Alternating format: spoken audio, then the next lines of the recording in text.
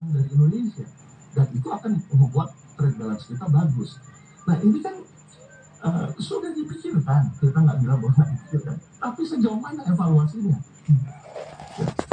Sejauh mana apa yang kendala-kendala yang terjadi? Memang kita tahu ada beberapa negara yang misalnya Uni Eropa belum SEPA-nya belum selesai agreement-nya, tetapi kan itu didorong dong. Jangan memang kalau belum selesai terus mau bagaimana? Mau biarkan aja? Ya kita percaya nggak dibiarkan, tapi sejauh mana kecepatannya? Kemarin kan ada pernyataan bahwa ya mau diupayakan Juni, mudah-mudahan Juni selesai. Ya. Jadi pasar ekspor itu harus ditingkatkan berlapis kali ganda. Kita mengetahui bahwa misi daripada Kementerian Perdagangan sekarang itu luar biasa, peningkatan ekspor. Ya. UMKM harus ekspor, baru penguatan pasar dalam negeri. Ada 3 visi. Oke, semuanya itu bagus. Tapi di dalam pelaksanaannya, kaitan dengan kementerian terkait, Kemenlu yang mengawasi TPI dari masing-masing KBRI misalnya, ada kemudian juga bagaimana kementerian lainnya juga mendukung produk-produk dalam negeri, ya, penghasil produsen kita BUMN untuk bisa diekspor, baik itu dari BUMN produknya maupun juga produk yang dari kita, UMKM masyarakat kita yang memang sekarang lagi getol-getolnya juga mau berusaha, ya, itu harus diperhatikan dan diberikan stimulus. Gitu. Jadi baik yang untuk produk itu harus menjadi catatan utama supaya ada kemudahan kepastian yang import yang legal ya itu harus jelas, yang ilegal basmi, karena banyak yang terjadi adalah yang ilegal itu menutup yang legal dengan segala cara dibuat ceritanya sehingga legalnya itu nggak bisa berkembang, yang ilegalnya terus menerus berjalan. Itu pertama. Kemudian yang kedua, daya beli masyarakat. Apa program nyata buat masyarakat supaya dapat penghasilan? Mau nunggu pabrik berapa lama pabriknya? Investasinya apa? 5 tahun lagi, 3 tahun lagi. Terus ngapain gitu 3 tahun itu? Yang saudara-saudara kita yang 40.000 PHK, yang mid level turun, hanya euforia saja. Ya, kita lihat sekarang pekerjaan non formal lebih banyak ya. Transportasi online itu membuat kita macet luar biasa karena apa? 500.000 bisa pakai beli motor. Ya jadilah transportasi online. Nah, apakah mereka ada kemampuan belanja? Nggak ada. Sejauh mana itu dipikirkan kewirausahaan dan ekspor misalnya? Kewirausahaan termasuk bicara UMKM untuk bisa mereka diberikan subsidi untuk akses modal, diberikan subsidi untuk sumber barang sehingga mereka bisa berproduksi, dapat income, dapat belanja. Kan substansinya di situ yang harus dilihat secara inklusif dan secara integrasi. Seluruh penumpang berhasil dievakuasi dengan seluncuran darurat. Pihak penerbangan Delta pun meminta maaf dan mengganti penerbangan penumpang yang sempat tertunda. Pihak administrasi penerbangan federal sedang menyelidiki penyebab insiden terbakarnya pesawat. Asap tebal membumbung di langit kota Nagpur, India pada Sabtu waktu setempat. Asap tersebut merupakan imbas dari kebakaran di tempat pembuangan sampah. Warga di sekitar tempat pembuangan sampah khawatir api akan merembet ke permukiman mereka. Menurut Kepala Pemadam Kebakaran setempat, petugas dari 11 kantor pemadam kebakaran dikerahkan untuk memadamkan api yang dengan cepat menyebar karena angin kencang. Penyebab kebakaran masih diselidiki, namun kebakaran tempat pembuangan sampah merupakan kejadian umum di India, terutama selama musim panas. Dan tuntas sudah seluruh saja informasi mendalam untuk percaya di redaksi hari ini. Saya juga mohon pamit. Sampai jumpa.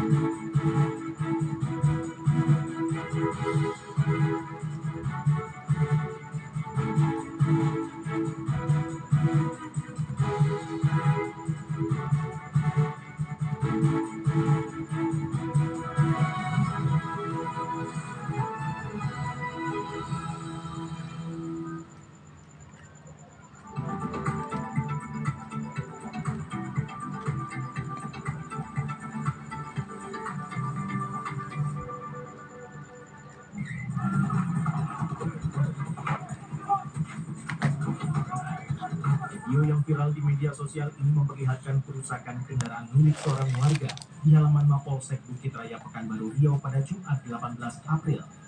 Pemilik kendaraan dan istrinya berusaha menyelamatkan diri ke Mapolsek Bukit Raya menghindari kejaran kelompok penagih utang. Kelompok ini mengejar, menyerang dan merusak kendaraan hingga ke halaman Mapolsek. Dari 11 orang penyerang, 4 diringkus polisi. Mereka adalah A alias Kevin, MA, dan R alias Rian, serta RS alias Garo. Direktur Reserse Kriminal Umum Kombes Asep Darmawan mengatakan pada Senin sore kejadian berawal dari cekcok antar kelompok penagih utang.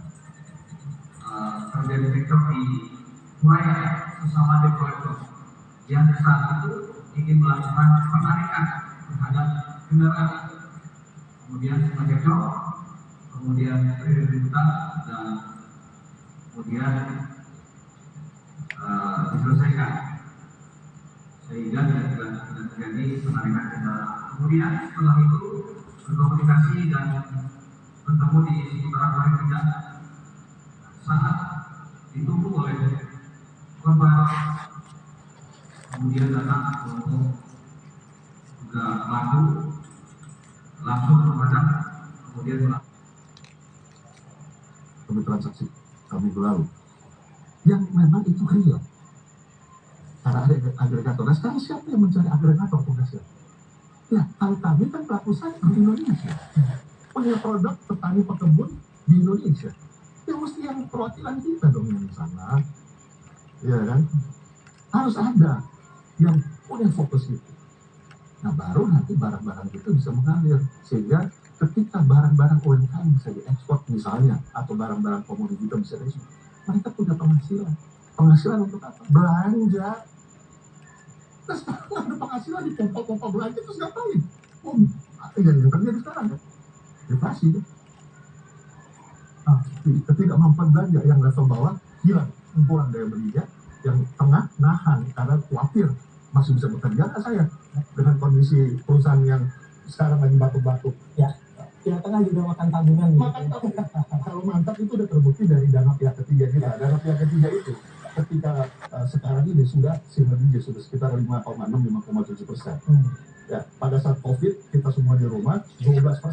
Artinya banyak nyimpan. Ya, sekarang udah banyak diambil untuk makan tabungannya.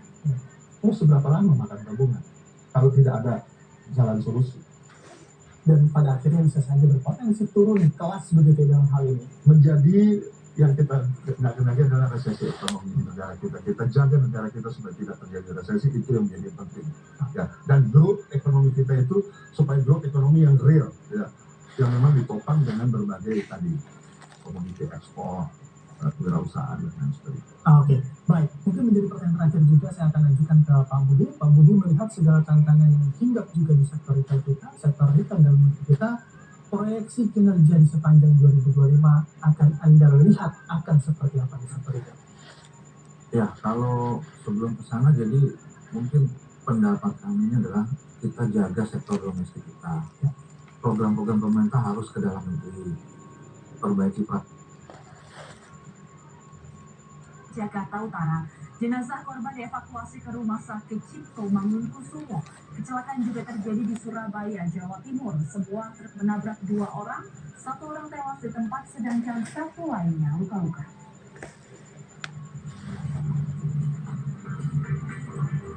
Seorang pengendara sepeda motor tergeletak di Jalan Raya Cakung Cilincing, Jakarta Utara.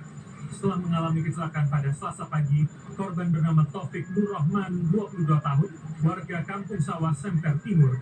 Korban dievakuasi ke Rumah Sakit Cipto Mangunkusumo, Jakarta Pusat untuk diotopsi guna kepentingan penyelidikan.